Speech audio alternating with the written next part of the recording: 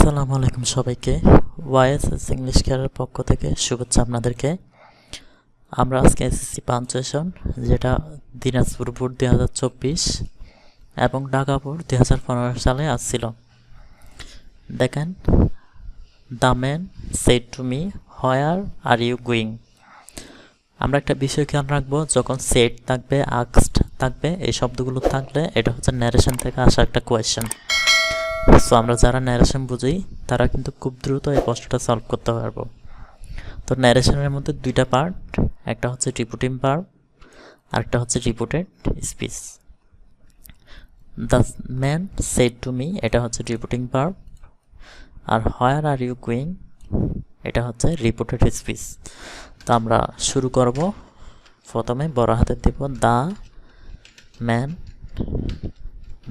Shed to me, comma দিব, inverted কমা শুরু করব। ইনভার্টেড কমার পরে বড় হাতের হবে হোয়ার আর ইউ গোয়িং। সো প্রশ্নবোধক চিহ্ন হবে প্রশ্নবোধক চিহ্নের পরে ইনভার্টেড কমা শেষ করব। সো আরেকজন আনসার দিচ্ছে I am going to varsity, আমি বিশ্ববিদ্যালয়ে যাচ্ছি। ইনভার্টেড কমা শুরু করব, I am going to varsity. এখানে কমা দিব, ইনভার্টেড কমা শেষ করব। তাহলে এটা কে বলছিল? এটা হচ্ছে সেড আই, ফুল স্টপ দিব। এরপর did you go to varsity yesterday, তুমি কি গতকালকে ভার্সিটিতে গিয়েছিলে? সো আমরা প্রথমে ডি বড় হাতের হবে, did you go to varsity yesterday.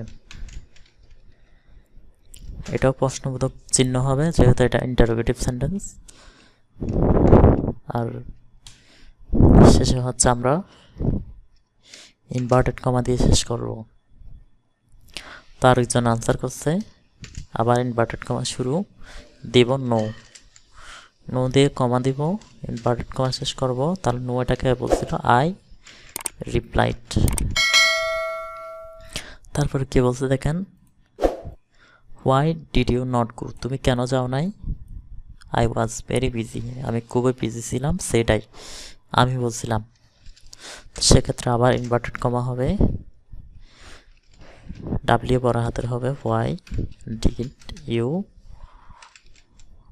Not go, প্রশ্নবোধক চিহ্ন হবে, ইনভার্টেড কমা শেষ হবে, আবার ইনভার্টেড কমা শুরু, I was very busy.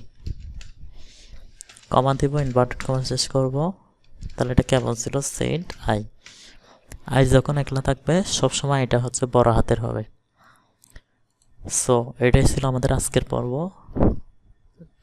HSC সব ধরনের ভিডিও পেতে চ্যানেলটি অবশ্যই সাবস্ক্রাইব করে লাইক বাটনে হিট করে দেবে। সবাইকে আসসালামু আলাইকুম ওয়া রাহমাতুল্লাহ।